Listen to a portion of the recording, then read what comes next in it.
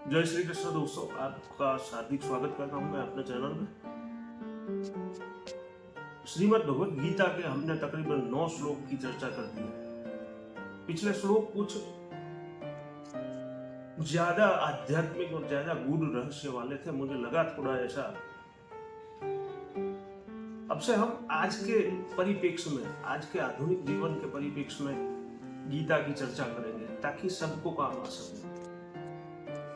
हमारा टारगेट तो वैसे सभी उम्र के व्यक्तियों का है, पर मैं प्रयत्न करूंगा कि आपके आज के जीवन में उसका क्या महत्व है, क्या मतलब है, उसको उजागर करने की हम कोशिश करेंगे।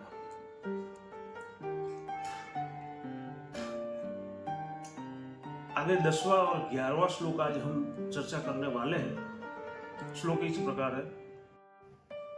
श्लोक संख्या 10, अर्जुन विषाद योग, अध्याय 1।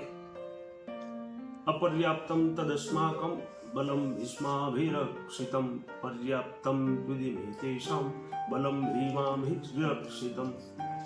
यहाँ पर दुर्योधन कहते हैं कि भीष्म द्वारा सुरक्षित की हुई हमारी सेना सभी ओर से सुरक्षित है, और जो भीम के द्वारा रक्षित सेना है पांडवों की, उसे जीत पाना एकदम सुगम है। यहाँ पर उन्होंने 2 शब्द प्रयोग किए हैं, एक तो पर्याप्तम और एक अपर्याप्तम। वहां पर दुर्योधन की आशंका व्यक्त होती है। हम आगे चर्चा करेंगे भीष्म के पास कौन कौन सी सत्ता है और भीम के पास कौन कौन सी सत्ता है। जब हमने श्रीमद् भगवत गीता स्टार्ट किया था, तभी हमने सारे गुण और अवगुणों के बारे में सजा की और विजयप्रिय प्रवृत्ति के बारे में समझा दिया। 2 प्रकार की प्रवृत्तियां होती है। कृष्ण ने मनुष्य की 2 जातियों का उल्लेख यहाँ पर किया है। जिसमें देवी गुण ज्यादा है उसे देवी जाति, और उसमें आसुरी गुण की ज्यादा है तो उन्हें आसुरी ज्ञाति में उन लोगों ने। तो मनुष्य की 2 ही जातियां होती है, तीसरी कोई जाति ही नहीं होती है। तो हमने पांडवों की ओर से लड़ रहे सारे योद्धाओं के नाम गिनवाए थे, वैसे ही कौरवों के। और हमने बताया था कि ये युद्ध वो कुरुक्षेत्र का मैदान यानी कोई भौतिक मैदान का युद्ध नहीं है। ये जो युद्ध लड़ा जा रहा है वो हमारा आंतरिक युद्ध है, वो हमारे भीतर चल रहा है। तो उसके हिसाब से हमने हमारे सद्गुणों को और हमारे अवगुणों के बारे में परिचय दिया था। श्लोक संख्या 11। ऐनेषु च सर्वेषु यथा भागम् अवस्थिता भीष्ममेवाभिरक्षन्तु भवन्तः सर्व एव हि। जो भीष्म है वही ब्रह्म है। इसीलिए दुर्योधन कहते हैं कि सब मोर्चों पर अपनी अपनी जगह पर स्थित सेना नायक है, वो सारे मोर्चों से सिर्फ भीष्म की रक्षा है। उसका मानना है कि जब तक भीष्म जीवित है तब तक हम जीवित हैं, हम अजय हैं, हमें कोई नहीं जीत सकता है। और सामने पक्ष की जो पांडवों की सेना है वो भीम द्वारा रक्षित है, उसको जीत पाना एकदम सुगम हो जाएगा। तो सारे योद्धा मिलकर भीष्म की रक्षा करें। अब ये भीष्म कैसा योद्धा है कि जिसकी रक्षा सभी योद्धाओं को मिलकर करनी पड़ती है? क्या भीष्म खुद अपनी रक्षा नहीं कर पाते? पर हमने बताया वैसे भीष्म है वो ब्रह्म का प्रतीक है। जब तक ब्रह्म जीवित है तब तक सारे अवगुण जीवित है, सारे कौरव जीवित है। पर जैसे ही ब्रह्म का खात्मा हो जाता है, सारे अवगुण वहां से नष्ट हो जाते हैं।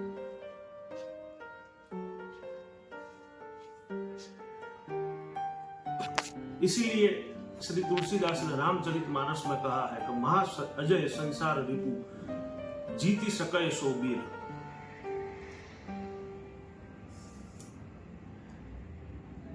संसार रिपु जो सागर है उसको जीतना यानी कोई विरला ही होता है जो उसे जीत सकता है।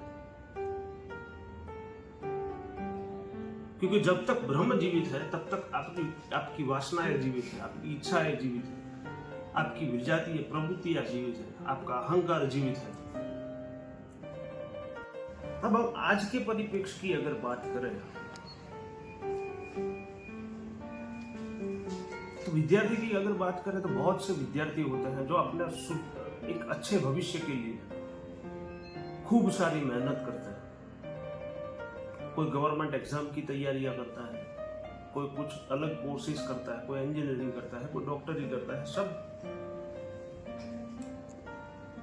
आपने शायद वो फिल्म देखी हो 12वीं फेल करके, जिसमें मनोज शर्मा नाम का एक लड़का होता है। वो घर से निकलता है, उसके पास खाने के लिए पैसा नहीं होता है, उसके पास टिकट के पैसा नहीं होता है, उसे पता नहीं होता है कि किस लिए वो घर से निकला है। पर कोई उसे बता देता है कि आईपीएस का हुद्दा जो होता है वो एक एसपी से बड़ा होता है, और उसने मन में ठान लिया कि मुझे आईपीएस ही बनना है। वो शायद मध्य प्रदेश के कोई जिला क्षेत्र के बस स्टेशन पे आता है, कोई मित्र उसे मिलता है और वो उसे ऑफर करता है, तो चल देता है दिल्ली आईपीएस की तैयारी के लिए।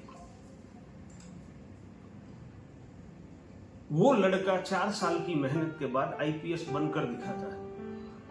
बहुत सारे लोग वहां पर होंगे, वो भी ये सपना लेके आए होंगे, उन्होंने भी मेहनत की होगी, तैयारियां की होगी,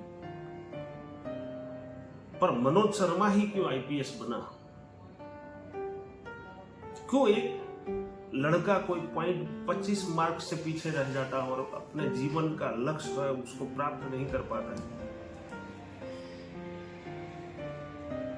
क्या खाली एक 25 मार्क का फासला या वो गैप, दो लड़कों के बीच का अंतर जायज है?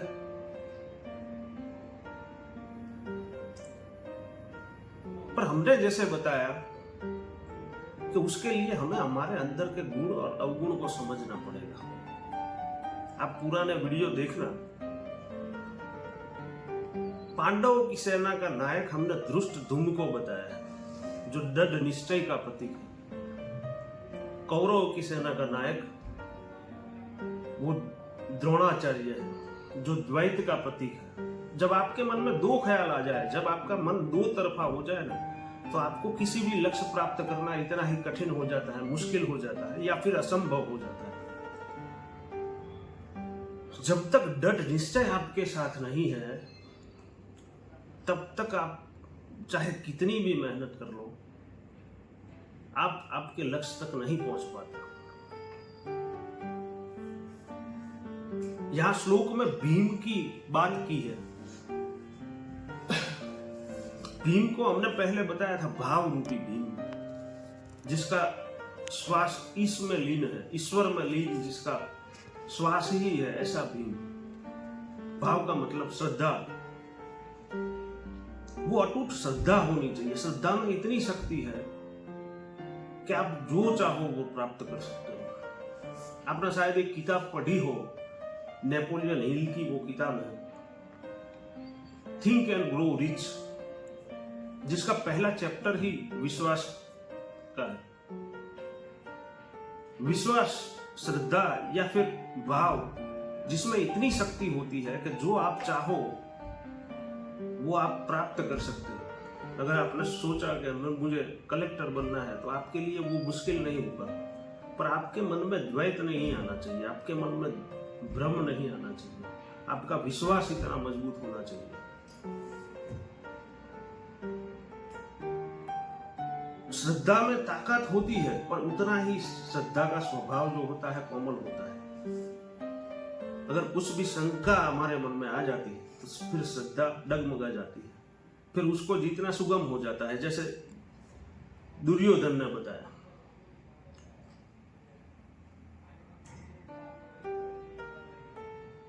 तो मनोज शर्मा के मन में वही श्रद्धा थी कि कुछ भी हो जाए, मैं वहां से आईपीएस बनकर ही लौटूंगा।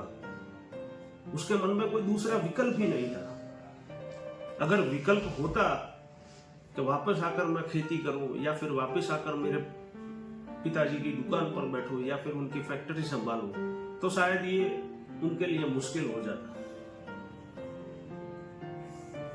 मैंने ऐसे कई बच्चों को देखा है कि जिनके पास कई विकल्प होते हैं, जब हम उनको पूछते हैं कि आपका क्या लक्ष्य है या किसके लिए आप तैयारी करना है, किसके लिए मेहनत करना है, तो वो बताते हैं कि अभी मैं तो जीपीएससी की या यूपीएससी की तैयारी कर रहा हूँ, अगर नसीब ने साथ दिया तो बन जाऊंगा, अदरवाइज मेरे पास और भी ऑप्शन है। ये ऑप्शन है वही द्वैत का रूप है, ये ऑप्शन है वही द्रोण है, और वही आपको आसक्ति की ओर ले जाते हैं, वही आपको कंफर्ट जोन में ले जाते हैं।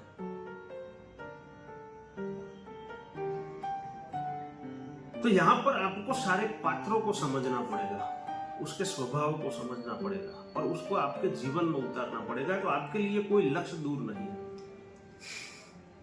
सभी धार्मिक पुस्तकों का एक ही अंतिम लक्ष्य होता है, या धर्म का एक ही अंतिम लक्ष्य होता है कि मनुष्य को ईश्वर प्राप्ति तक ले जाए।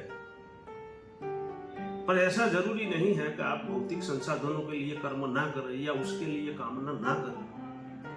उपनिषद ऐसा कहते हैं कि मनुष्य जीवन के 4 मुख्य पुरुषार्थ हैं, धर्म, अर्थ, काम और मोक्ष। तो चारों को हमें करना है, पर हमारा काम यानी कि कामना है, हमारी इच्छा है, और हमारा अर्थ यानी आर्थिक जो हम कर्म करते हैं, आर्थिक क्रियाएं करते हैं, वो धर्म युक्त होना चाहिए।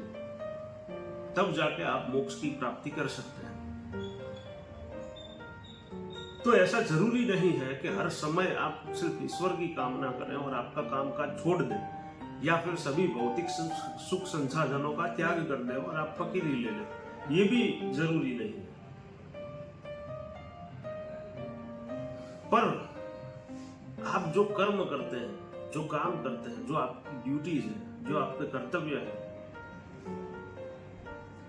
उसको आप धृष्ट धूम्र की तरह दृढ़ निश्चय के साथ करें।